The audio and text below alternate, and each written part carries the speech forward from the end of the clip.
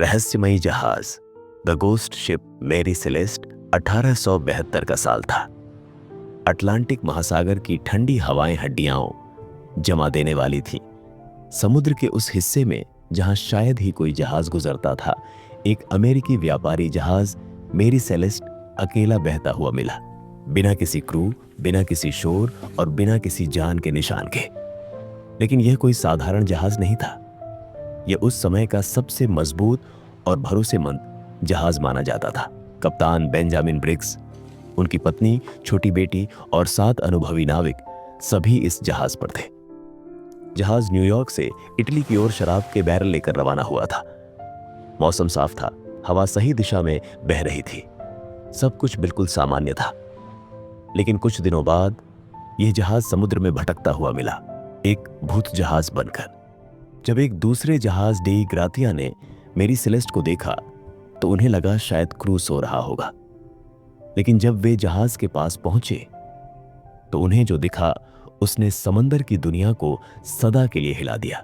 जहाज के पाल खुले थे, दिशा नियंत्रण अधूरा था, लेकिन जहाज तैर रहा था, बिल्कुल सही हालत में। न कोई संघर्ष का निशान, न किसी तूफान के असर की झलक। खाना टेबल पर रखा था, गर्म कॉफी के निशान अब भी थे और बच्चों के खिलौने अपनी जगह पड़े थे, पर एक भी इंसान नहीं था। जहाज के रिकॉर्ड बुक में आखिरी एंट्री 10 दिन पुरानी थी।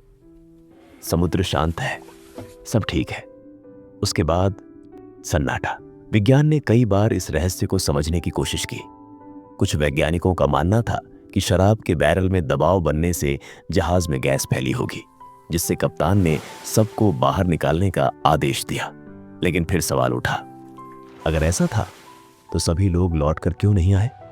जहाज को छोड़े बिना किसी जीवन रक्षक नाव के कोई इतना दूर कैसे जा सकता था? दूसरे विशेषज्ञों ने कहा, शायद पानी की सतह से उठती गैसों ने क्रू को भ्रमित कर दिया हो। उस समय का कंपास और नेविगेशन सिस्टम पूरी तरह भरोसेमंद नहीं था। लेकिन अगर यह भ्रम था तो फिर उनका कोई निशान क्यों नहीं मिला? न नाव, न कपड़े, न शरीर। समुद्री किंवदंतियों ने इसे कुछ और ही रंग दिया। कुछ लोगों ने कहा, रात के अंधेरे में समुद्री आत्माएं जहाज पर चढ़ आईं। उनका कहना था कि यह इलाका बरमूडा ट्रायंगल जैसी मैग्नेटिक जोन के करीब था, जहां समय और दिशा दोनों गड़बड़ा जाते हैं। कई नाविकों ने दावा किया कि उन्होंने वहां नीली रोशनी के गोले तैरते देखे, जैसे आसमान और समंदर एक दूसरे से बात कर रहे हों।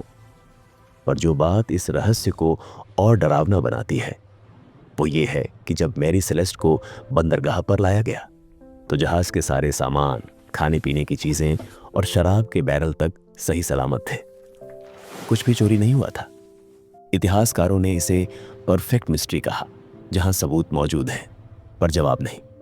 विज्ञान कहता है यह दुर्घटना थी, लेकिन समुद्र कहता है कुछ और था उस रात।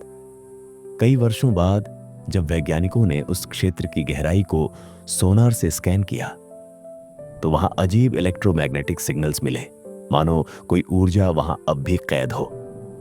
कुछ कहते हैं वो मैरी सेलेस्ट के क्रू की आखिरी चीखें हैं जो समुद्र की गहराई में गूंजती रहती हैं।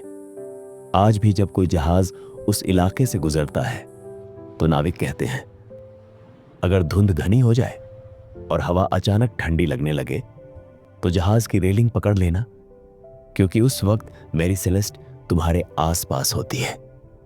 उसका कोई नाम नहीं पुकारता, पर उसका साया अब भी समंदर में तैरता है। The ghost ship Mary Celeste.